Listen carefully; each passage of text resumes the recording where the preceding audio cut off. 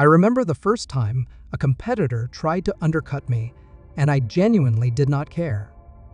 Not because I was arrogant about it, not because I had more money than I knew what to do with, but because by that point, what I had built was not something that could be easily replaced by someone charging less. The clients who were with me were not with me because of my price. They were with me because of something that took years to build and could not be copied overnight. That feeling of being genuinely hard to disrupt is one of the most underrated goals in business. And almost nobody talks about how to get there deliberately. Most business advice is about growth. Get more clients. Make more revenue. Expand faster. And that advice is not wrong exactly, but it skips over something that matters enormously. There is a difference between a business that is big and a business that is stable, between a business that has revenue and a business that has durability. And the path to durability is not the same as the path to growth. What I want to talk about today is that path. Specifically, the point where a business crosses from fragile to resilient, from easy to disrupt to genuinely hard to move, and what it actually takes to get there. The first thing I had to understand was what disruption actually comes from. Because most founders think disruption means a competitor with a better product or a lower price. And sometimes it does.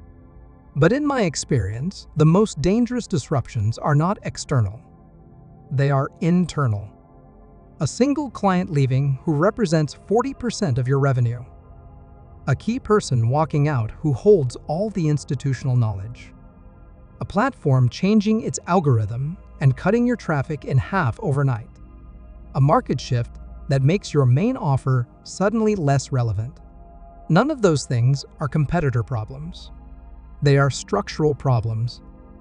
And a business that has not dealt with its structural vulnerabilities is always one bad month away from a crisis, regardless of how good the growth numbers look.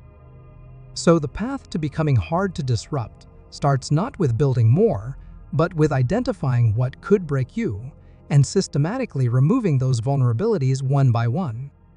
For me, that started with concentration risk. I had too much revenue sitting with too few clients. I knew it. I had known it for a while. But when things are going well, it is easy to ignore structural problems because the urgency is not there yet. It took one of those clients pulling back significantly in a single quarter for me to feel the full weight of what I had allowed to develop. After that, I became almost obsessive about diversification. Not just of clients, but of revenue streams, of platforms, of the inputs the business depended on. And here is what that diversification actually bought me that I did not expect. It was not just financial security, it was mental clarity. When your survival does not depend on any single client, any single platform, or any single revenue stream, you make completely different decisions. You stop tolerating things you should not tolerate. You stop holding on to relationships that are draining you. You start operating from a position of choice rather than necessity. And that shift from necessity to choice is one of the most underrated forms of business leverage there is. The second thing that builds disruption resistance is what I think of as depth over breadth. A business that does one thing extraordinarily well for a specific group of people is dramatically harder to disrupt than a business that does many things adequately for anyone who will pay. The specialist always has more pricing power, more loyalty, and more resilience than the generalist.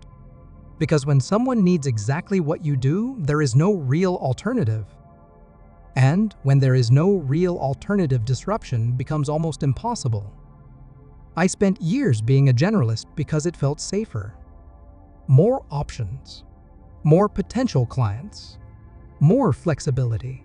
What I did not understand was that generalism is actually the more fragile position.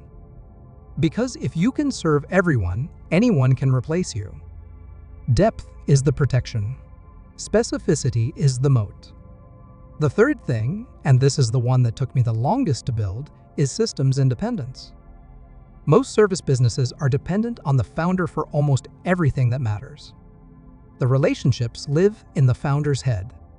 The quality control lives in the founder's judgment. The client experience depends on the founder showing up. And that means the business is only as resilient as the founder is, which is not very resilient at all. Building systems independence means transferring the critical knowledge, the critical relationships, and the critical processes out of your head and into structures that can operate without you making every decision. It does not mean removing yourself from the business. It means making sure the business can survive a bad week, a bad month, or a significant change without everything depending on you personally holding it together. When I finally got to a point where the core of the business could run without my constant intervention, something shifted. Not just operationally, psychologically. I stopped making decisions from a place of fear about what would happen if I stepped back. I started making decisions from a place of genuine strategic choice. And the quality of those decisions improved enormously. Here's the thing about becoming hard to disrupt that I want you to sit with. It is not a milestone you hit once. It is a standard you maintain continuously. Markets change. Clients change. Competitors evolve. What makes you resilient today might be a vulnerability tomorrow if you stop paying attention. The founders who stay hard to disrupt over years and decades are not the ones who built something perfect once. They are the ones who stayed honest about their vulnerabilities, kept removing single points of failure, and never let comfort make them complacent about the structural integrity of what they had built. That is the work. Not the glamorous part of building a business, but arguably the most important part. If you have been following this series from the beginning, you know that everything we have been building toward is about designing income systems that are structurally sound, not just temporarily profitable. This is what that looks like in practice. If today is your first video, go back to episode 1. The whole picture is there. Subscribe, because tomorrow we go further into what it actually looks like to operate from a position of genuine stability. I will see you then.